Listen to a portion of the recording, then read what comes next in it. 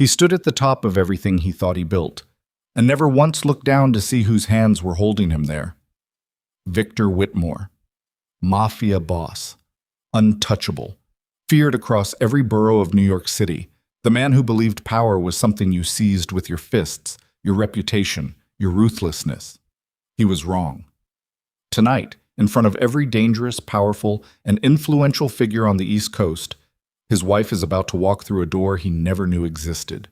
And the moment she does, everything Victor Whitmore thought he owned will begin to burn. If this story already has your attention, hit like, drop a comment with the city you're watching from. I want to see exactly how far this story travels. Now stay with me. You will not want to miss a single moment of what happens next. What? The penthouse sat on the 53rd floor of a building that Victor Whitmore had purchased 3 years ago in cash. Not because he needed the space, but because he needed the altitude. He needed to look down at the city the way a man looks down at something he owns.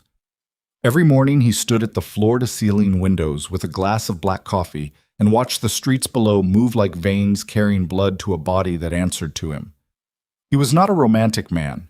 He was not a sentimental one, but he understood symbolism the way a general understands terrain, completely, strategically, without mercy. Tonight, the penthouse was quiet in a way it almost never was. No security detail pacing the marble corridors, no phone calls bleeding into each other. No advisors spreading documents across the dining table that cost more than most men earned in a year. Victor had sent everyone away early. He was dressing for the council gala, the annual gathering of the most powerful crime families and their allies on the eastern seaboard, and he did not want witnesses for what he was about to do. He stood in front of the mirror in his dressing room, adjusting the lapel of his black Brioni suit. $43,000. Custom. Delivered last Tuesday by a tailor who had flown in from Milan and said nothing the entire fitting except, "Perfect, sir." Victor appreciated that. He had no patience for people who filled silence with noise. He checked his cufflinks. Platinum.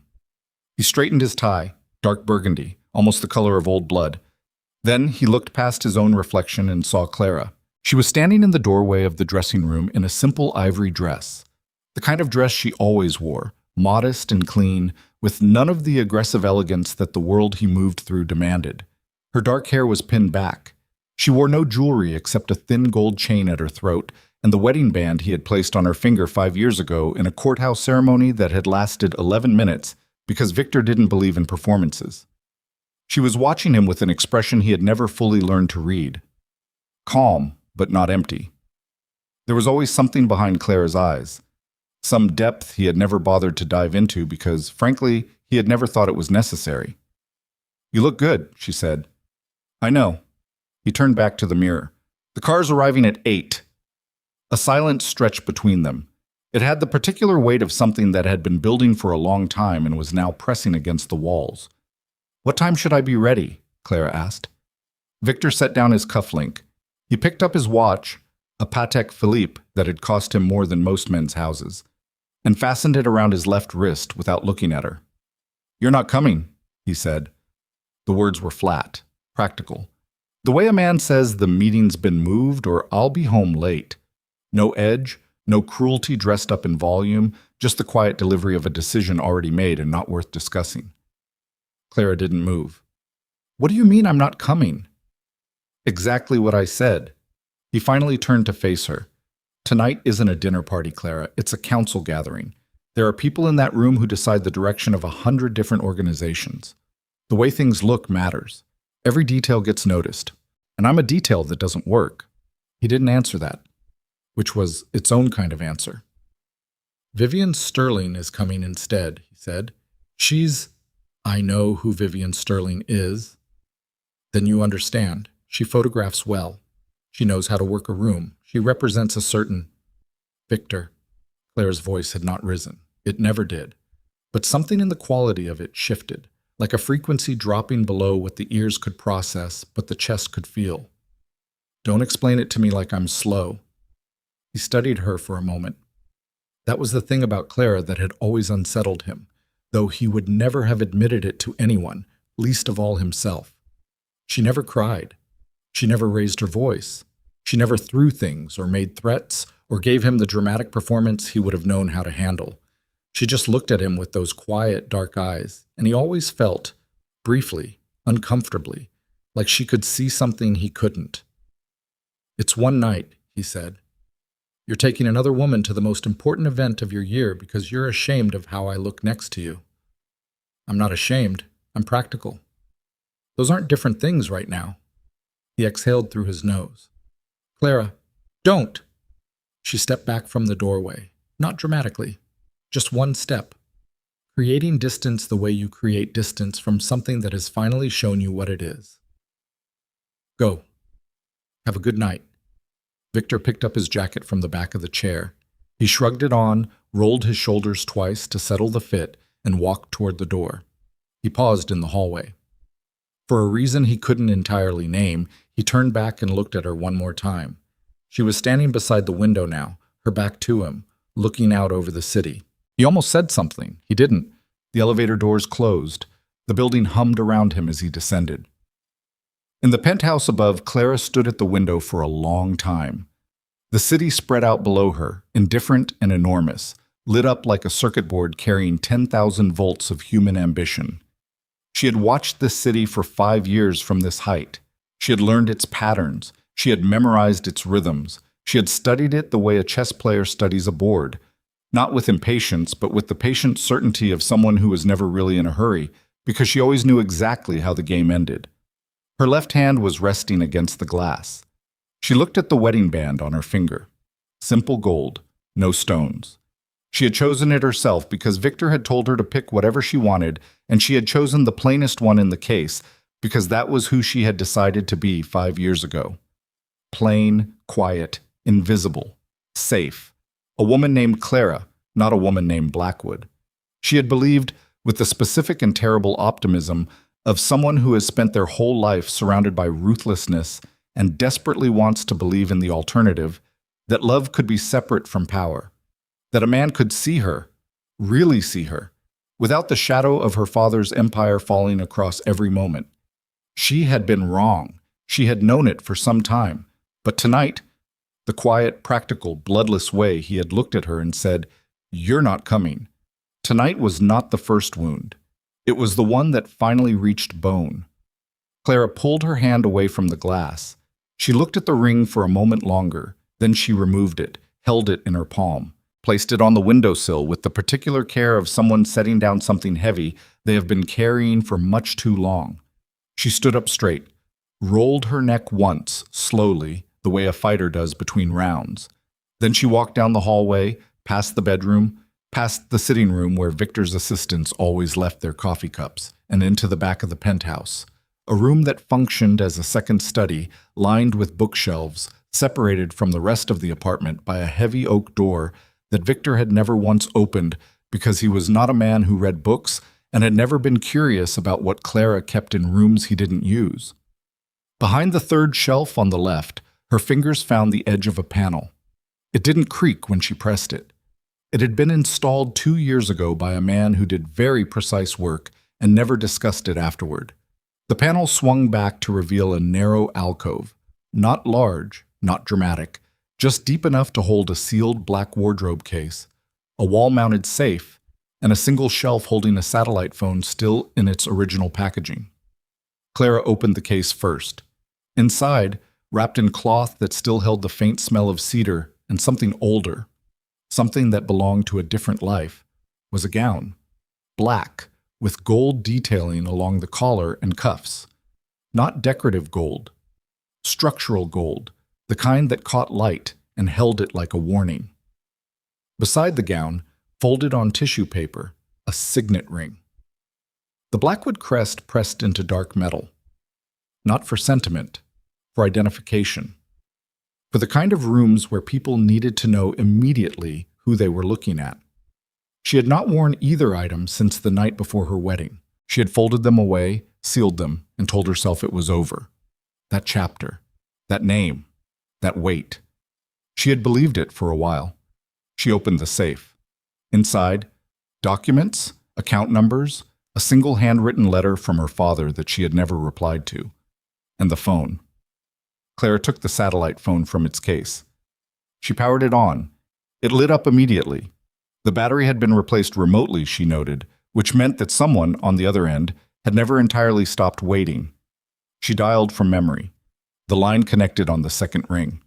The man who answered had a voice like gravel settling at the bottom of a river, low, unhurried, carrying the kind of authority that doesn't need volume.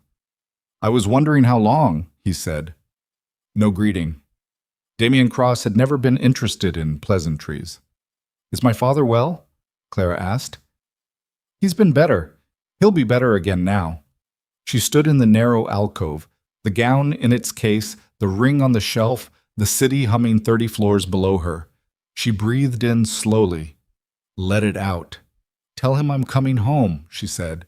"Tell him I'm ready to take my place." A brief silence. Not surprise, more like the sound of something very large, very carefully balanced, settling into its correct position after a long period of being slightly wrong. "Yes, ma'am," Damien said. She ended the call, set the phone down. And for the first time in 5 years, Clara Blackwood, because that was her name, that had always been her name, regardless of what she had called herself in the interim, allowed herself to feel the full weight of what she actually was. She was the only daughter of Alexander Blackwood. And Alexander Blackwood had not built one of the most powerful criminal organizations in America by raising a woman who didn't know exactly what she was doing. She dressed slowly, deliberately, with the attention of someone preparing not for a party, but for a statement. The gown fit exactly as it had the last time she wore it. She had maintained the same discipline in her body that she maintained in everything else. She put on the signet ring, looked at her hands, both of them. The wedding band was on the windowsill in the other room, and she did not go back for it. She called her private security detail next, 3 men whose allegiance had never been to Victor, because they had been placed in this building 2 years before Victor ever met her, and had simply continued their function through the years of her chosen invisibility, patient as stones in a river. "Full convoy," she told them. "Blackwood protocol." The man on the line did not ask questions. 20 minutes, ma'am." She went to the full-length mirror in the alcove, chamots, narrow, practical, not the ornate thing in Victor's dressing room, and looked at herself, not to admire, to verify. She needed to see who was standing in front of her before she went out into the world wearing this face again. The woman looking back was not the Clara who had poured coffee while Victor's advisors argued around her. Not the woman who had sat quietly at dinners where men with too much power drank too much and said things they should have been ashamed of. Not the woman Victor had looked at tonight and said, "You're not coming," as though she were a piece of furniture that didn't photograph well. The woman in the mirror was 34 years old and had spent the last 5 years making herself smaller than she was. She was done with that. Clara turned off the light in the alcove. She walked back through the penthouse, through the room Victor used, past the window where her wedding band sat on the sill catching the city light. She paused there, looked at the ring, looked at the city.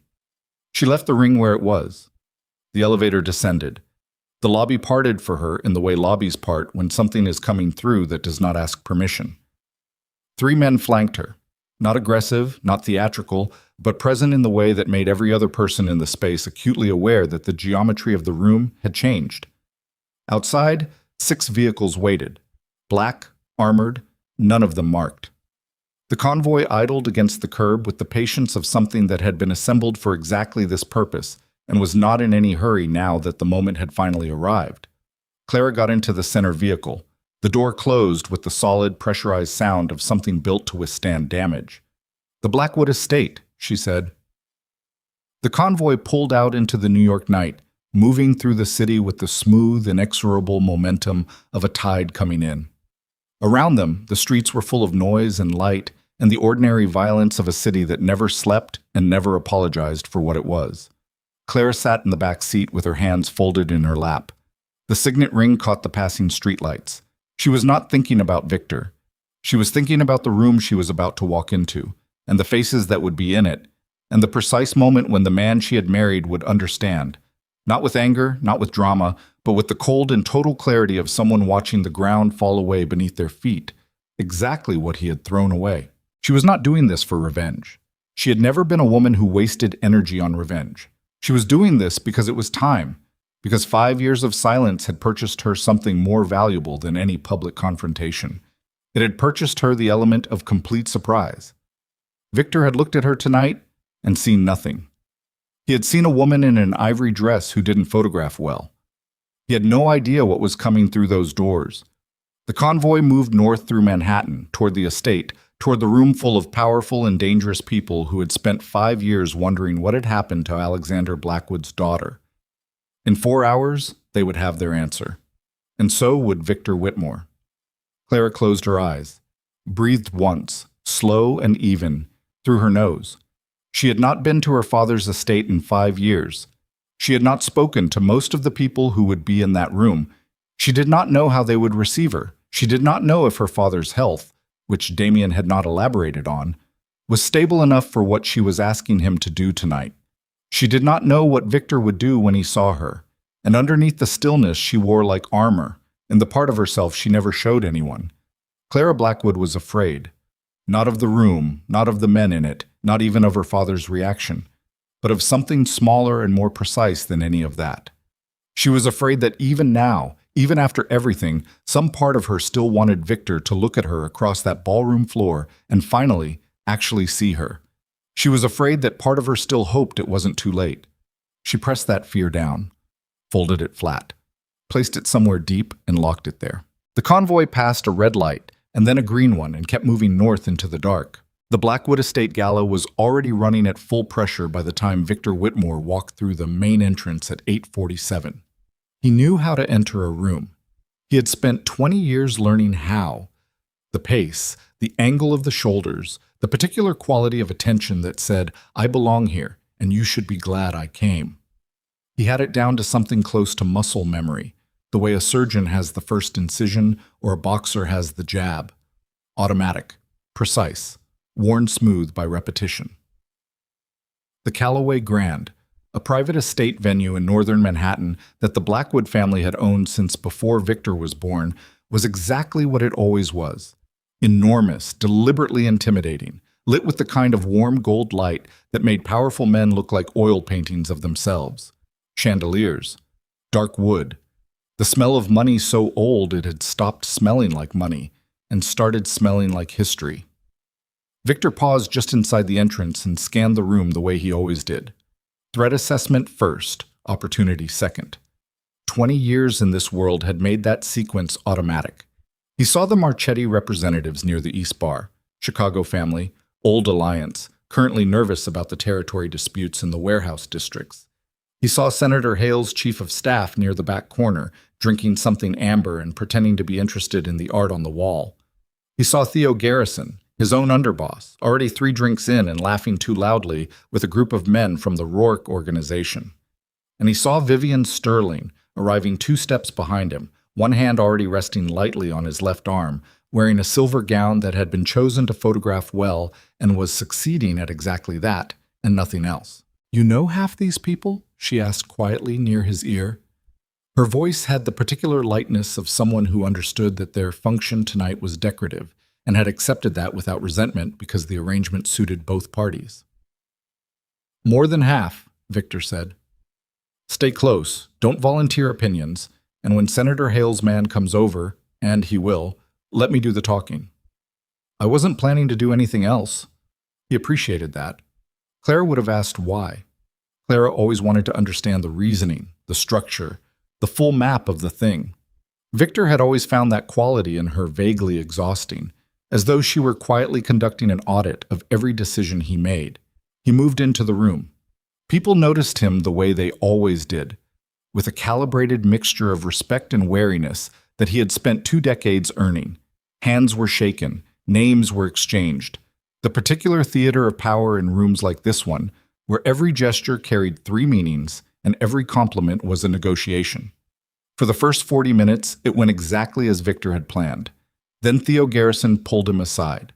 Theo was a large man who carried his size badly, always slightly too present in a space, always occupying more air than the situation required.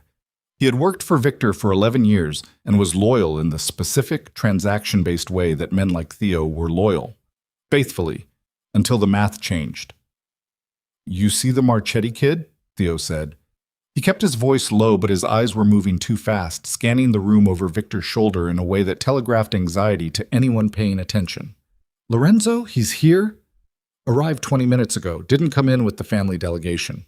Came in separately with four men Victor had never seen before. Theo's jaw was tight. They're not his usual security. Victor absorbed that. Lorenzo Marchetti was 29 years old, heir apparent to the Chicago operation, and had been making pointed suggestions for the last 6 months that the current territorial agreements needed to be renegotiated. In Lorenzo's vocabulary, renegotiated meant restructured in my favor. Where is he now? Back room. He's been in there for 20 minutes with Garrett Cross. Victor went still. Garrett Cross. Not Damien. Garrett. Damien Cross was Alexander Blackwood's right hand, the operational commander of everything the Blackwood organization touched. Garrett was Damien's younger brother, theoretically retired from active operations for the past 3 years and theoretically present tonight only in a social capacity. Theoretically. What do you mean with Garrett Cross? Victor said. I mean, they're in the back room together. The door is closed, and 2 of those men I don't recognize are standing outside it.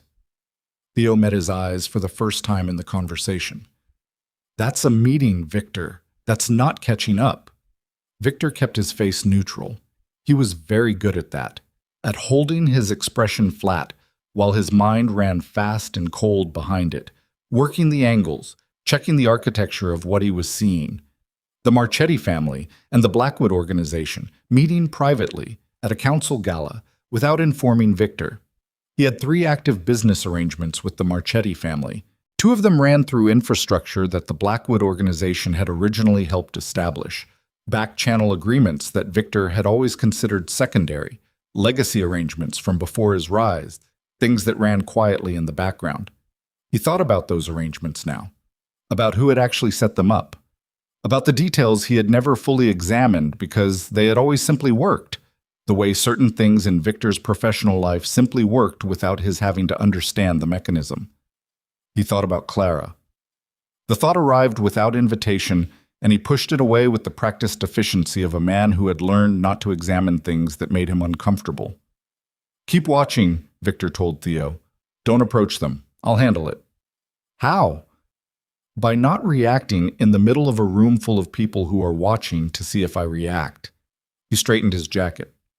Get me another drink and stop looking at the back room like it owes you money. Theo moved away. Victor returned to the main floor, to Vivian, to the performance of a man in complete control of his evening. But the back of his neck was tight, and the scotch in his glass tasted like something wrong. Across the city, in the back of an armored vehicle moving steadily through the northern streets, Clara was on the phone. Not with Damien. Damien was already at the estate, handling the structural mechanics of what was about to happen. She was on the phone with a man named Solomon Vance, who was 71 years old and had been the Blackwood organization's primary legal architect for 30 years. He had drafted contracts that moved money across 4 continents. He had structured arrangements that governments had tried and failed to unravel. He was, in the particular ecosystem of power that Clara had grown up inside, as close to indispensable as any single person could be. More relevantly, he was the man who had prepared the divorce documents. The filing date stands? Clara asked. Stands and sealed, Solomon said. His voice had the texture of old paper, dry, precise, carrying the specific authority of a man who had spent decades making certain that words meant exactly what they said. Everything is in order. The envelope will be delivered at your discretion. Not before I walk in. Understood. Damien has it. Clara looked out the window at the city moving past. A woman on a corner, waiting for a light, holding a grocery bag with both hands. A man in a yellow jacket walking fast against the wind. The ordinary life of the ordinary world going about its business 2 meters from the convoy, completely unaware. And my father? She asked. A brief pause, longer than Solomon usually allowed himself. He's there, Solomon said. He insisted on being there. His doctors are not pleased. They never are. Clara. Solomon's voice shifted. Not much, but enough. The legal precision dropping by a fraction to let something more human through. He's been waiting 5 years for this. Whatever condition he's in, he's going to stand up when you walk into that room. That's not in question. She breathed in through her nose. I know. Are you ready? She looked at the signet ring on her right hand. The Blackwood crest, pressed into dark metal, catching the light of a passing street lamp. I've been ready for 4 years, she said. It just took me 1 more year to admit it. She ended the call, folded her hands in her lap, said nothing for the remainder of the drive. Back at the Callaway Grand, the gala had moved into its second phase. The dinner service had been cleared, the formal programming was beginning, and Victor had maneuvered himself into a position near the center of the main floor that was both strategic and visible. He had spoken with the Marchetti family's official representative, not Lorenzo, who had not yet reappeared from the back room, and had said the precise things required to signal confidence without inviting confrontation. He was good at this. He had always been good at this. What he was less good at, what he was, in fact, quietly terrible at, though he would not have accepted that characterization, was the kind of listening that didn't announce itself. The kind that happened not in meetings or negotiations, but in the spaces between them, in the quality of silence in a room when something had already changed and only some people knew it. Vivian noticed it first, which surprised him. Something's happening, she said quietly. She was standing close enough that her words reached him, and no one else. Her eyes were moving across the room with a shrewdness that he hadn't expected from her. People keep looking at the main entrance, not the way they look when someone important arrives, the other way. What other way? Like they're waiting for something they already know is coming. Victor looked toward the entrance. The heavy double doors at the far end of the ballroom, ornate, dark wood, brass fittings, were closed. 2 members of the estate's staff stood beside them with the particular rigid posture of people who had received specific instructions. He felt it then. The shift in the room's air pressure. Subtle, but real. The way a room changes when a significant number of people receive information simultaneously and all of them decide in the same moment to hold very still. His phone vibrated. He pulled it out. A message from Theo. Back room just emptied. Lorenzo Marchetti is at his table. Garrett Cross left the building 10 minutes ago. Victor stared at that message for 3 seconds. Then he put the phone away, because showing concern in this room was the same as bleeding in a room full of predators. He didn't understand what was happening. That was the precise, specific, unfamiliar truth. Victor Whitmore, who had built his entire identity on understanding the geometry of power, who had organized his life around the principle that information was the only currency that never devalued, was standing in the middle of a room full of people who knew something he did not. His right hand felt the absence of his phone. His jaw was tight. He breathed once, evenly, through his nose. Then the doors opened. The sound came first. Not conversation, not music, but the specific quality of silence that descends on a large group of people when something stops them all at the same moment. Victor heard it before he turned. He felt it in the room the way you feel a change in temperature set. Immediately, physically, before the mind has processed the cause. He turned. Clara stood in the entrance. His first thought was, his very first, before recognition, before understanding, before any of the layers of meaning could arrive, was that he did not recognize her. Not because she had changed her face or her body, but because every signal she was sending was different. The posture, the stillness, the particular quality of occupying space like someone who has never in their life been required to shrink. The black and gold gown, the signet ring catching the chandelier light, the 3 men flanking her at a distance, not aggressive, not theatrical, but definitively present. His second thought was her name. Not Clara. Not the name she had used for 5 years in his penthouse, in his world, in the careful small life he had allowed her to occupy in the margins of his own.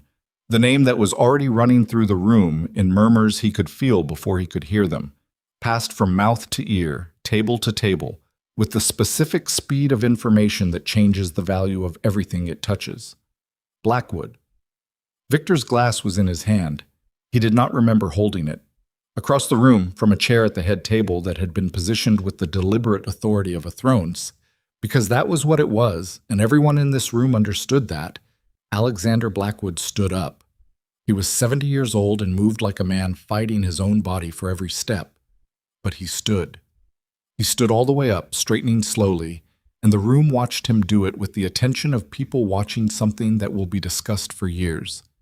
He walked toward Clara, Slowly, with his cane, with his white hair and his dark suit and his eyes that had always been the same eyes Clara had, that depth, that particular quality of seeing more than the surface of a thing.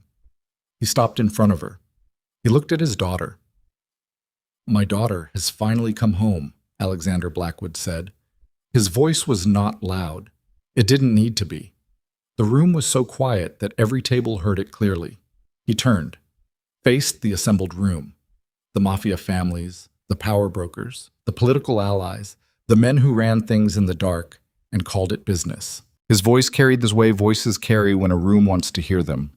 "This woman is my blood, my legacy, and the future of everything I built. From this night forward, her voice carries my authority." He didn't ask for a response. He didn't need to. The room moved. Not dramatically. Not a single theatrical gesture. Not a performance. Just a shift, quiet and total, like water finding its level. Men who had been seated stood. Men who had been standing straightened. The specific social grammar of this world, expressing in its precise and wordless vocabulary the thing that could not be said more clearly. She outranks you. She has always outranked you. Every one of us in this room knew it, except you. Victor stood at the center of the floor and felt the ground change under his feet without moving. He watched Damien cross the room toward him. He watched Damien set something on the table beside him, without a word. A sealed envelope, cream-colored, formal. He watched Damien walk away without looking back. Victor picked up the envelope. His hands were steady. He was good at that. He opened it. The documents inside were 11 pages. The filing date stamped in the upper right corner of the first page was 8 days ago. 8 days ago. Before the gala. Before Vivian. Before tonight. Before Victor had looked at his wife in the dressing room and told her she wasn't coming. He stood with the divorce papers in his hand and understood, with the cold and specific clarity of a man watching a structure collapse from the inside out, that tonight was not what he had thought it was. It was not Clara's reaction to being humiliated. It was not grief or impulse or the dramatic exit of a woman pushed past her patience. This had been planned, sequenced, executed with the precision of something that had been prepared over time by someone who understood exactly what they were doing and had waited with extraordinary patience for exactly the right moment. Clara had not walked into this room to hurt him. She had walked into this room to reveal the truth. And the truth was this. For 5 years, Victor Whitmore had believed he was building an empire. He had been living inside one that already existed, that had been there before he arrived, that had held him up and smoothed his path and opened doors for him with a consistency he had attributed to his own talent. And the woman he had just told was not worth bringing to an important event was the reason any of it had ever worked at all. He looked across the ballroom at Clara. She was standing beside her father now, speaking quietly with 2 men Victor recognized as senior figures in organizations he had spent years cultivating. They were leaning toward her, not deferentially, genuinely. The way people lean toward someone whose opinion they actually want. She had not looked at him since she walked in. That, somehow, was worse than everything else. Victor set the envelope down on the table. He straightened his jacket. He did the thing he had always done when the situation required it. He composed his face into something neutral and unreadable, because showing what was happening inside him was not something he knew how to do, and was not something this room would forgive. Theo appeared at his shoulder. "Victor, what do we—" Nothing, Victor said. "The Marchetti kid just went to introduce himself to her. Lorenzo. He's—" "I said nothing." Theo went quiet. Victor picked up his glass, drank, set it down. Across the room, Clara Blackwood accepted Lorenzo Marchetti's handshake with the measured warmth of someone who had been navigating rooms like this one since before Lorenzo was old enough to tie his own shoes, who understood the specific calibration required with a young heir trying to establish himself, and who was already, in the space of that handshake, deciding exactly what kind of relationship the Blackwood organization was going to have with the Marchetti family going forward. Victor watched this happen and understood that he was watching a person he had never actually known. He had lived with her for 5 years. He had eaten breakfast across from her. He had heard her voice in the dark. He had worn the wedding band she picked out. and he had never once asked her who she actually was. The thought arrived and sat in his chest like something with weight. He set down his drink. He moved through the room toward the exit to the garden terrace that ran along the east side of the building. Glass doors, cool air beyond them, the New York skyline pressing up against the night sky like something trying to get out. He needed air. He needed to be somewhere that wasn't this room, where every pair of eyes had recalibrated in the last 20 minutes and were now looking at him with the specific expression of people reassessing the value of something they had previously overestimated. He pushed through the glass doors. The night air hit him, cold, damp, carrying the smell of the Hudson 2 miles west and the indefinable metallic smell of a city that never fully stopped moving. He stood at the stone railing and looked at the skyline, the same skyline he had looked at from 53 floors up every morning, the same city. He heard the door open behind him. He didn't need to turn around to know who it was. He could tell by the quality of the footsteps, measured, unhurried, carrying the particular weight of someone who had been waiting a very long time for this conversation and was in absolutely no rush now that it had arrived. Clara stopped a few feet behind him. Victor turned. She was looking at him without anger. That was the thing he hadn't prepared for. Not that she would be calm, because he had always known she was capable of calm, but that the calm would be real. Not performed, not controlled, not a mask over something volcanic. Just genuinely, specifically real. She was not hurt. She was not vengeful. She was simply, completely, finally done. "Why didn't you tell me?" Victor said. His voice came out flatter than he intended, stripped of everything except the question itself. 5 years, Clara. Why didn't you tell me who you were?" Clara looked at him for a moment before she answered. In the distance, the city hummed. A siren somewhere, the wind off the water. "Because I wanted you to love Clara," she said. Not the Blackwood name. The words landed with the particular force of something that had always been true and was only now being spoken aloud. And Victor felt them the way you feel a very old injury when the weather changes. Not sharp, not sudden, but deep and total and involving the whole structure of the thing. He opened his mouth. Before he could speak, Clara's phone lit up in her hand. She glanced at it. Something in her face changed.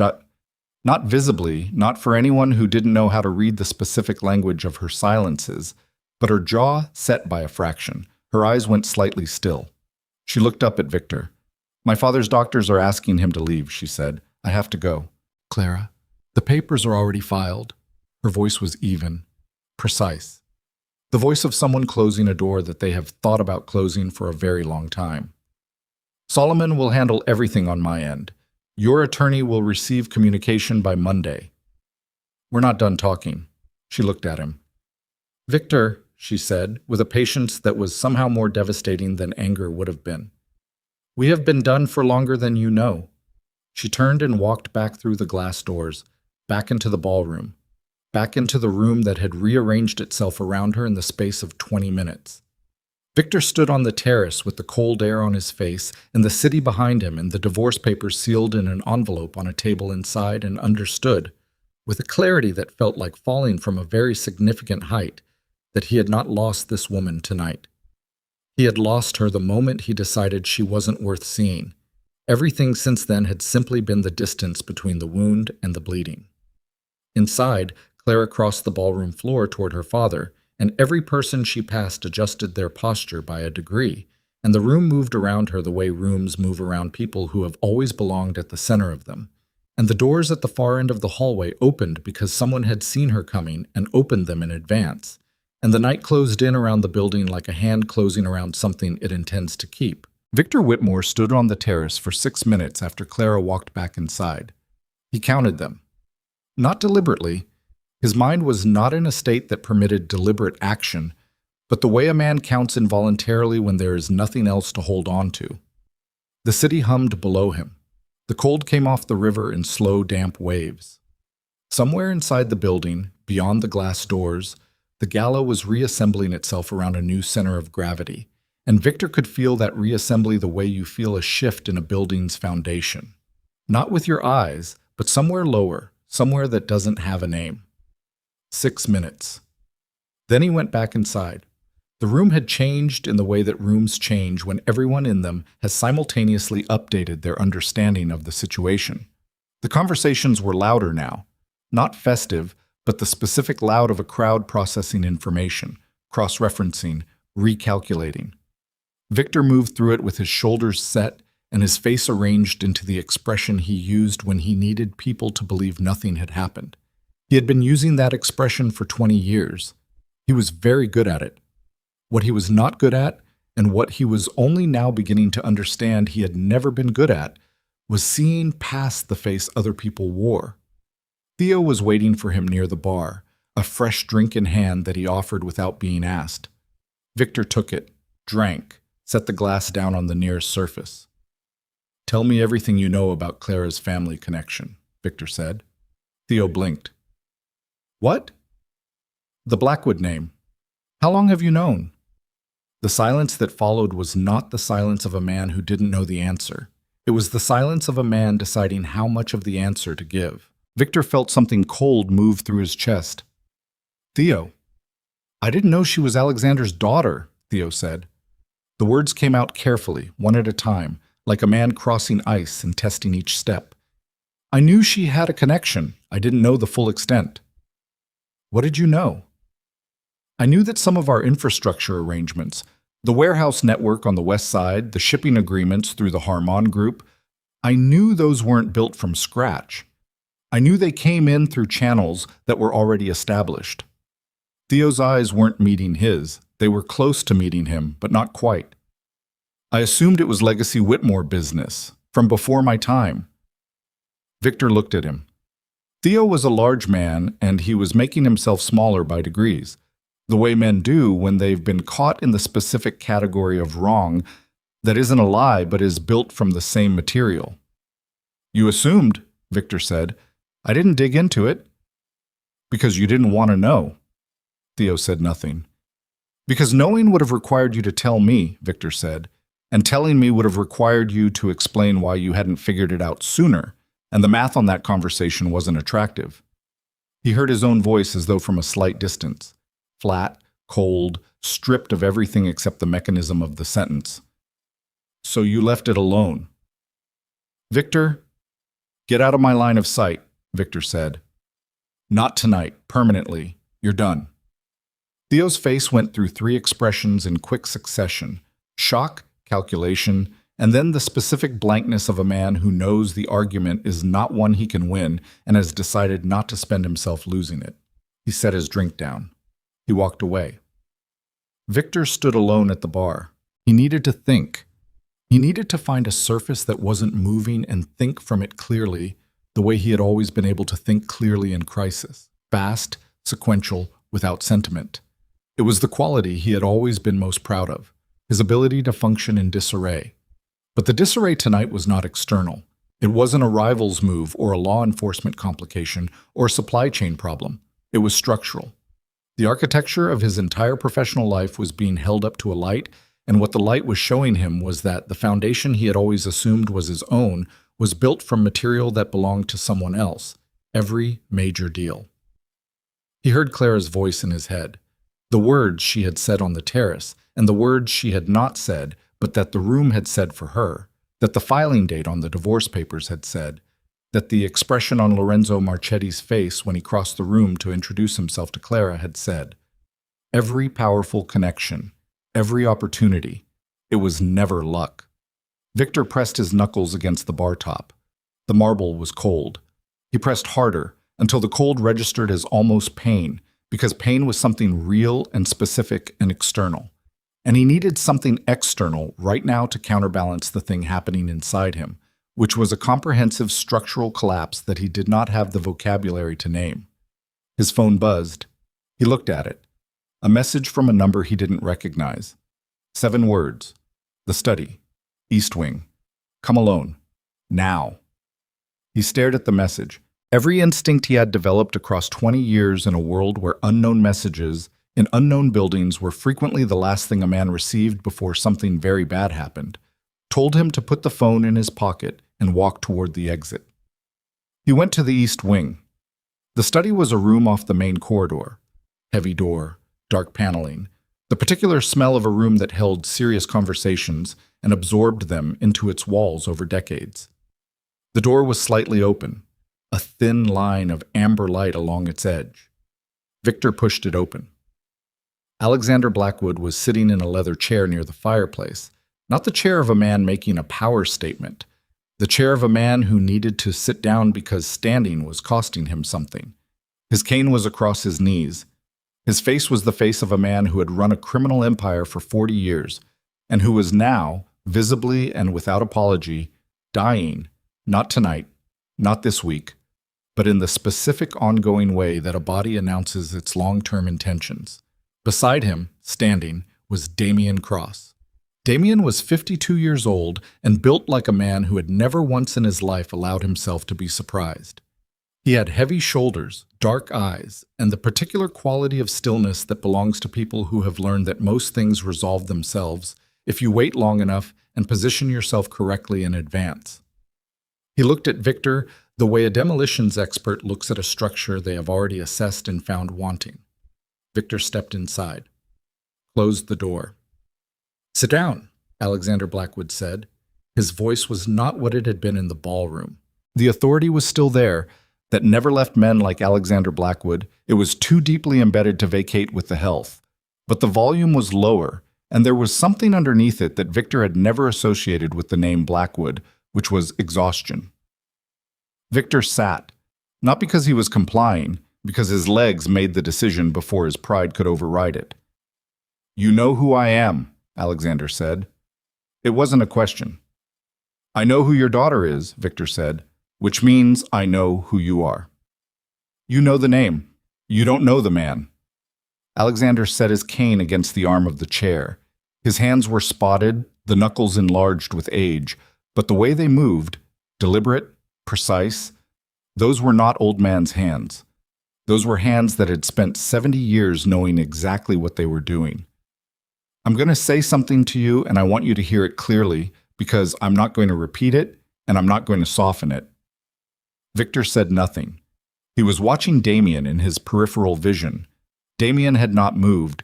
He was standing with his hands at his sides and his eyes on Victor, with the fixed attention of someone whose job it was to intervene if necessary, and who had already defined the threshold for necessary. "Clara came to me 3 months ago," Alexander said. Victor went still. "Not in person, through a message. She told me she was considering her options." He paused, breathed in slowly, the breath of a man managing something physical. "I told her to take her time. She had already waited 5 years. A few more months wouldn't change what was true." He looked at Victor with those eyes, Clara's eyes, the same depth, the same specific quality of seeing more than the surface. "She wanted to believe in you. That's the thing you should understand, and the thing that should keep you awake for the rest of your life. She was not looking for a reason to leave. She was looking for a reason to stay." The fire in the grate moved. Outside, muffled by the walls and the corridor, the sound of the gala continued. Glasses, voices, the distant compression of a large gathering. "She found no reason," Victor said. His voice was flat. "You gave her none." Alexander's tone did not rise. It simply stated, "I am not here to condemn you for what kind of husband you were, because that is between you and Clara, and it is now concluded. I'm here to tell you something else." He leaned forward slightly, the effort visible but controlled. "I'm here to tell you that as of tonight, every arrangement your organization has with any entity that maintains a relationship with the Blackwood family is under review." Victor absorbed that. "Under review," he repeated. "The warehouse network, the Harmon Group shipping agreements, the Callaway District subarrangements, the financing infrastructure on the East Side expansion you've been planning for the last 8 months. Alexander listed each item with the unhurried specificity of a man who has had them memorized for a very long time. "All of it, under review." "Those are legitimate business arrangements," Victor said. They predate nothing," Damien said. It was the first time he had spoken. His voice was exactly what Victor would have predicted. Direct, without decoration. "Those arrangements exist because Clara made them exist. Every one of them. The Harmon Group connection came through a Blackwood intermediary that Clara personally established 4 years ago. The warehouse network is built on infrastructure that the Blackwood organization financed in 2019 before you had the capital to do it yourself, through a shell company that Clara structured. The Eastside financing. He paused. One beat. That's coming from a fund that Clara controls. Victor heard those words. He heard each one individually, and then he heard them as a sequence, and then he sat with the sequence and felt what it meant the way you feel a diagnosis. Not with the mind first, but with the body. She funded my expansion, Victor said. She has been funding and supporting your operation in various forms since 18 months after your marriage, Damien said. Not as interference, not as control, because she believed in what you were building and she wanted it to succeed, and she thought. Something moved in Damien's expression, not softness, but the brief impression of it, quickly contained. She thought you would eventually see what you had. The fire crackled. A log shifted. The sound of it in the quiet room was very loud. Victor looked at his hands. They were on the arms of the chair, flat, the way you place your hands when you are trying to maintain contact with a surface that is behaving as though it intends to disappear. How much? He said. Victor? How much of what I have is mine? The silence that followed was its own answer. Damien said, with the precision of a man delivering information he knows will cause damage and has accepted that it is nonetheless required. By our assessment, approximately 30% of your current organizational infrastructure is entirely yours. The rest is built on foundations that Clara established, maintained, or directly financed. 30%. Victor breathed in. He breathed out. The room was very still around the sound of his own respiration. 30%. He had spent 20 years believing he had built something. He had given 20 years to the specific and consuming project of becoming untouchable, of climbing past every rival, of constructing an organization that reflected back at the world the image of a man who had started from nothing and arrived at everything through his own singular force of will. 30%. If the arrangements are withdrawn, he started. When, Damien said. Not if. When the arrangements are withdrawn, Victor said, the correction landing in his chest like a coal. What's the timeline? The Harmon Group will notify you within 30 days. The warehouse network will require a transition period of 60 days for operational continuity, after which your access is formally concluded. The Eastside financing is callable under the terms of the original agreement, which Claire's team is reviewing now. Victor stood up. He didn't decide to stand. His body made that decision, because sitting still while this information arrived was something his nervous system could not sustain. He stood and walked to the window and looked out at the East Garden and the city beyond it, and he pressed his right hand flat against the glass, the way he had watched Clara press her hand against the glass of the penthouse window 8 hours ago. And he understood that he was doing the same thing she had been doing then, trying to feel something solid. There's something else, Alexander said from behind him. Victor turned. The old man's expression had not changed, but there was something in his eyes now. Not cruelty, not satisfaction, but the particular grave quality of a man who is about to hand someone a weight he knows they are not equipped to carry. 3 days ago, Alexander said, I received documentation from a source I trust absolutely, documentation regarding a conversation that took place 4 months ago between your underboss, he paused, between the man I understand you've just dismissed, Theo Garrison. Victor's attention sharpened. Garrison met with a representative of the Delacroix organization out of Boston, Alexander continued. The meeting was private and was not disclosed to you. In that meeting, Garrison provided operational information about your organization's East Side expansion plans in exchange for a guarantee of his own position in the event of a restructuring. The word landed in the room like a stone into still water. What kind of restructuring? Victor said. The kind where you are no longer in the position you currently occupy, Damien said. The fire, the clock, the sound of Victor's own blood moving too fast through the architecture of his body. Garrison sold me out, he said. Not a question, a translation. The act of taking something impossible and rendering it into language that the mind could process. He provided information to a competing organization that is actively planning to move against your operation, Damien said. The timeline, based on what we've been able to assess, is approximately 3 weeks. 3 weeks. Victor's mind was running now, cold, fast, the way it ran in genuine crisis, the way it had always run when the stakes were real. 3 weeks. The Delacroix family out of Boston, an organization he had always considered secondary, a peripheral threat, a name that came up in regional intelligence and never seemed urgent, because they had always been smaller and slower and less connected than anything that genuinely frightened him. He had underestimated them because he had never looked at them carefully. He had never looked at them carefully because his attention had been on his own expansion, on the East Side Project, on building the next level of an empire he now understood he had not actually built the first level of. "Why are you telling me this?" Victor said. He directed the question at Alexander, not at Damien, at the old man in the chair with the cane across his knees and his daughter's eyes. Alexander looked at him for a long moment, long enough that Victor understood a decision was being made inside it. "Because my daughter spent 5 years with you," Alexander said finally, "and because whatever you were or were not to her, the mother of the child she may one day choose to have should not be connected to a man who was taken apart without warning." He breathed in. The breath cost him something. "I am not helping you, I am informing you. What you do with the information is your own business. The arrangements will still be withdrawn, the divorce will still proceed. None of that changes." "But you're giving me 3 weeks warning," Victor said. "I'm giving you the truth," Alexander said. "What you've always done with the truth is the reason we're in this room." Victor held the old man's gaze, held it long enough to feel the full weight of what was in it.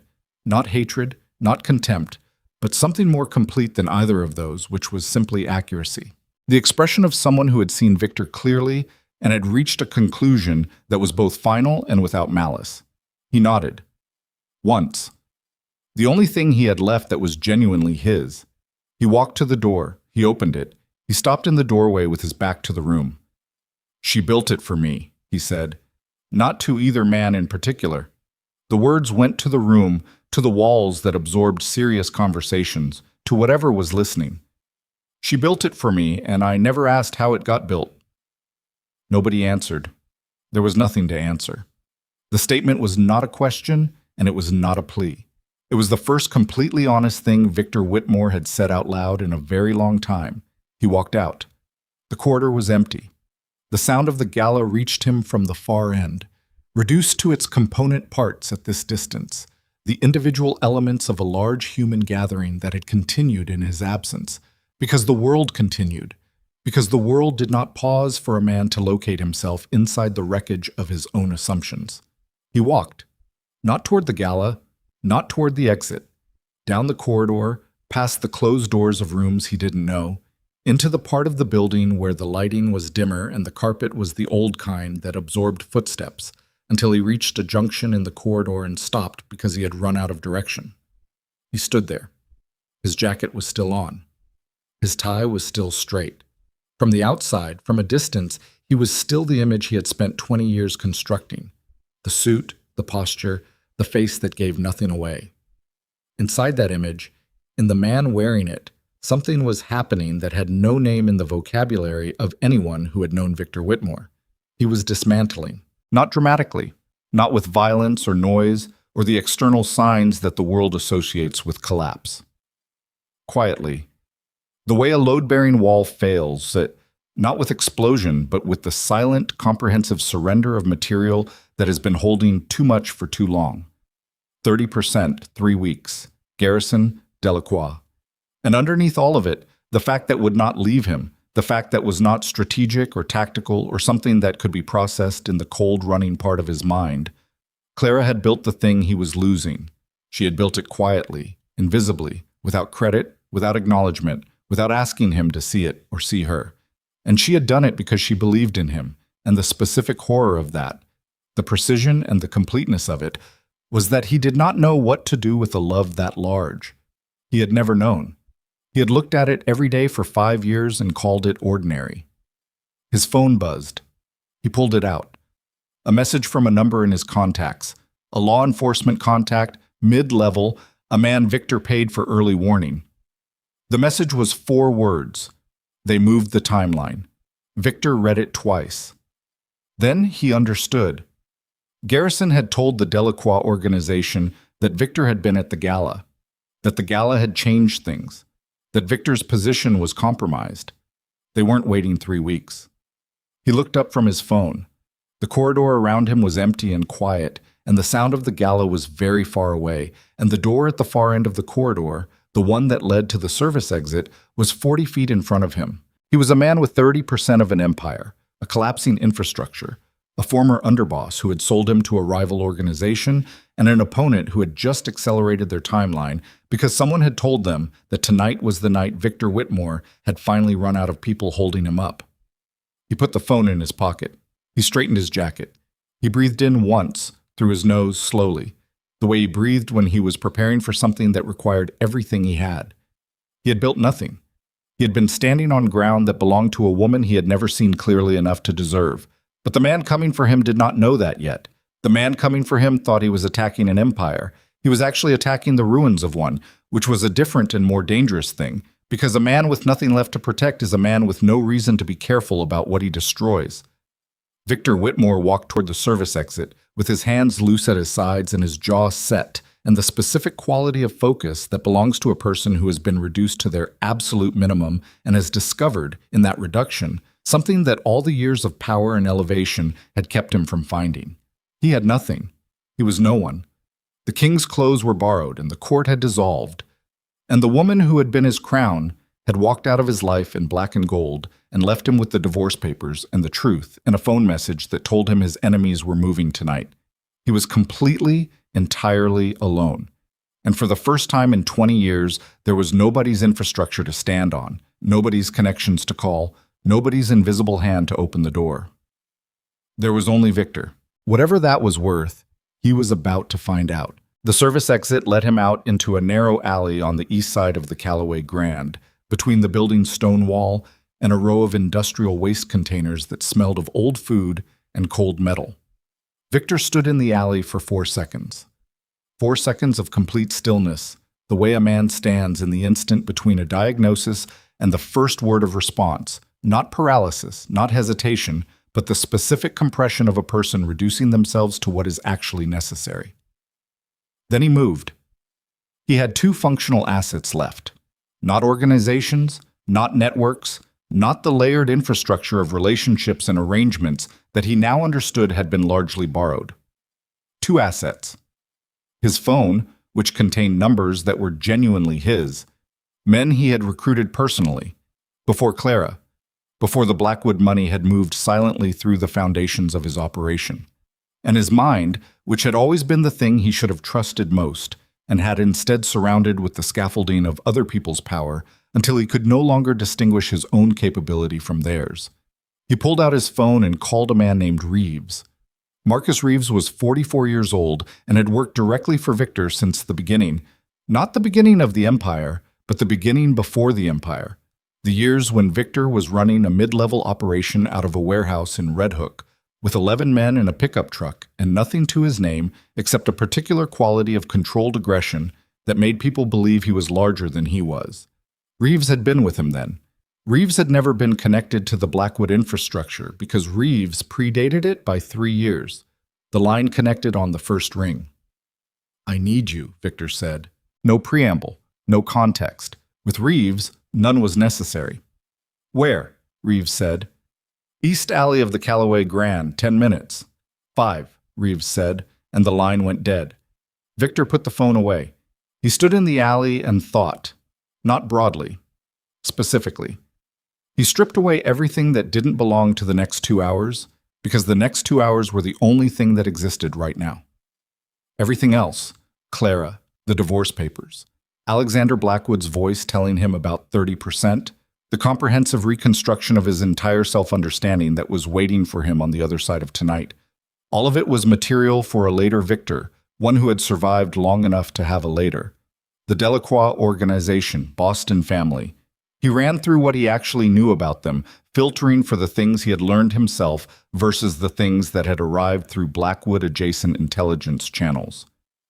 Soren Delacroix, 61 years old, had run the Boston operation for 23 years. Conservative, methodical, not given to impulsive action, which meant the accelerated timeline was not Soren's decision. Soren Delacroix did not accelerate timelines impulsively, which meant someone beneath Soren had made the call, which meant the person running the operation tonight was not the 61-year-old patriarch, but someone younger, someone who saw tonight's gala disruption as an opportunity and moved without waiting for sanction, which meant unpredictable, which meant dangerous in the specific way that young men with something to prove are dangerous, not strategically, but viscerally, fueled by momentum and the need to prove the decision correct. Victor filed that. He filed it in the part of his mind that was already running calculations, and he had the beginning of something. Not a plan, not yet, but the structural outline of one. Reeves arrived in 4 minutes. He came into the alley from the south end wearing a dark jacket, moving with the compact efficiency of a man who had spent 20 years learning how not to draw attention. He was medium height, medium build, with a face that was entirely unmemorable until you made the mistake of looking at his eyes, which were the pale gray of old concrete and held the same quality: hard, load-bearing, indifferent to weather. He looked at Victor without expression. "Talk," he said. Victor talked. 3 minutes. The essential facts only. Garrison, Delacroix, the timeline, the 4 words on his phone. Reeves listened without interrupting, his arms at his sides, his eyes on Victor's face. When Victor finished, Reeves said, "How many men do you want?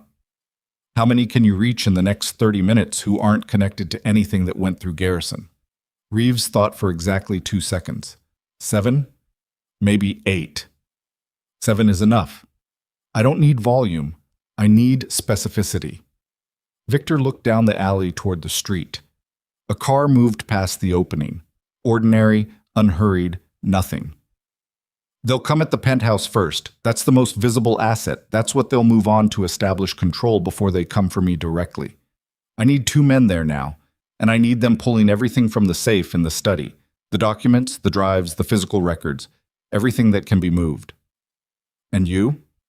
I need to know where Soren Delacroix's advance team is operating from. They didn't drive from Boston tonight. They've been in the city for at least 48 hours. They have a staging location." Reeves pulled out his phone. He made 2 calls in rapid succession, each lasting under 60 seconds, each conducted in the clipped professional shorthand of a man who had been doing this long enough that the vocabulary had compressed itself to its essential components. He put the phone away. 20 minutes for the location. The penthouse team is moving now. Victor nodded. He looked at his watch. 9:47. "One more thing," Reeves said. Something in his tone made Victor look at him directly. "Garrison," Reeves said. "He didn't just give them the expansion plans." Victor waited. He gave them the penthouse security layout, entry points, shift rotations, the override codes for the elevator system. Reeves held his gaze steady. He gave them the codes 3 days ago, before tonight. 3 days ago, before the gala, before Clara's convoy had moved through the city, before any of the events of tonight that might have justified a man hedging his bets. 3 days ago, Theo Garrison had sold him not as a reaction to shifting circumstances, but as a premeditated act. Planned, considered, executed with the specific coldness of someone who had looked at Victor's foundation and seen, before Victor himself saw it, that it was going to give way. Victor absorbed that. "Where is Garrison now?" he said. "Last location puts him at a hotel in Midtown, the Aldwyn, room 714. Victor said nothing for a moment. He looked at the stone wall of the alley. His jaw was working slightly, the only visible sign of the thing moving through him. Not rage exactly, not the hot kind, but something colder and more total, the kind of anger that doesn't need expression because it has become, in that moment, purely functional. "Leave him," Victor said. "He's not the priority." Reeves looked at him for a half-second longer than necessary, then nodded. They moved. The next 17 minutes were the most compressed of Victor's life. He was back inside the Callaway Grand through a service entrance, using a staff corridor that Reeves knew from a job 3 years prior, navigating by the building's internal logic toward a specific piece of information he needed and could not get from outside. The Delacroix Advance Team's local contact. Because there was always a local contact. No organization moved into another family's city without a local contact. Someone on the ground who knew the geography, the timing, the specific texture of how things worked in New York. Finding that person meant finding the thread. Pulling the thread meant understanding the full shape of what was coming at him. The man Victor needed was a fixer named Aurelio Crane, who operated out of the Callaway Grand's kitchen level, and who had, over the course of 12 years, provided logistical support to approximately every organization that passed through Manhattan, with something to accomplish that required local knowledge and no paperwork. Victor had used him twice. Aurelio was not loyal to anyone. That was both his value and his limitation. He was loyal to continuation. He stayed alive by making sure that anyone who might want him dead also needed him operational. Victor found him in the kitchen corridor, outside the cold storage room, eating a sandwich with the focused attention of a man who treats every meal as though it might be interrupted. It was. Victor came around the corner and Aurelio saw him, and his eyes did the thing that eyes do when a person is looking at someone they did not expect to see and immediately begin calculating whether that constitutes a problem. "Victor Whitmore," Aurelio said. He did not stop chewing. "Aurelio." Victor stopped 3 feet from him. Not aggressive, close enough that the conversation was contained. "You're running local support for the Delacroix operation." Aurelio swallowed. "I don't know what you're—" "Don't." Victor's voice was quiet, completely quiet, the way quiet becomes its own form of pressure. "I know what I know. The question is what you know and how we make this conversation useful for both of us." Aurelio looked at him, then at the sandwich in his hand. He set it down on top of the cold storage unit beside him, carefully, with the deliberateness of a man who has accepted that the meal is over. "I'm listening," he said. "Who's running the advance team? Not Soren. Who's on the ground tonight?" A pause. The kind of pause where a man is not deciding whether to answer but calculating the cost of the answer versus the cost of silence. "Soren's son," Aurelio said. "Callum, 26. He came down 2 days ago with 6 men. He's been watching your building since yesterday morning. Callum Delacroix." Victor had heard the name twice in intelligence briefings over the past year and filed it both times as a secondary concern. The young heir, not yet operational, still being educated in the margins of his father's business. He was apparently more educated than Victor had given him credit for. "Where are they staging?" "A commercial property in the garment district. 34th and 9th, above a dry cleaner, 2nd floor." "When do they move?" Aurelio's jaw tightened. "They were supposed to wait for a signal from their inside contact. The contact was supposed to confirm your location as compromised." He stopped. Victor looked at him. "The signal already went," Aurelio said, 40 minutes ago. Which meant they were already moving. Which meant the penthouse, where Reeves's men were heading, was going to be contested. Which meant the 2-hour window had just compressed to something considerably shorter, and Victor was standing in a kitchen corridor in the Callaway Grand instead of where he needed to be. He moved fast. Back through the service corridor, out the north exit, onto the street where the cold hit him full in the face, and the city was doing what the city always did. Indifferent, continuous, carrying its 10 million lives forward without acknowledgement of the specific emergency occurring inside one of them. His phone was already at his ear. Reeves picked up in one ring. "They're moving," Victor said. "Staging on 34th and 9th. Callum Delacroix is running it. They got the signal 40 minutes ago." A half second of processing. "My men are 12 minutes from the penthouse. They won't beat them there." "No," Reeves agreed. "Pull your men from the penthouse. Change target. I need them at the staging location. 34th and 9th, 2nd floor above the dry cleaner."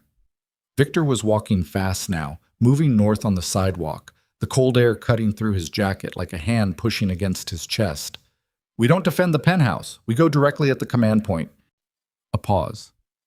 "That's aggressive," Reeves said. "The penthouse is a building," Victor said. "Callum Delacroix is the operation. You remove the head, the body doesn't know what to do next."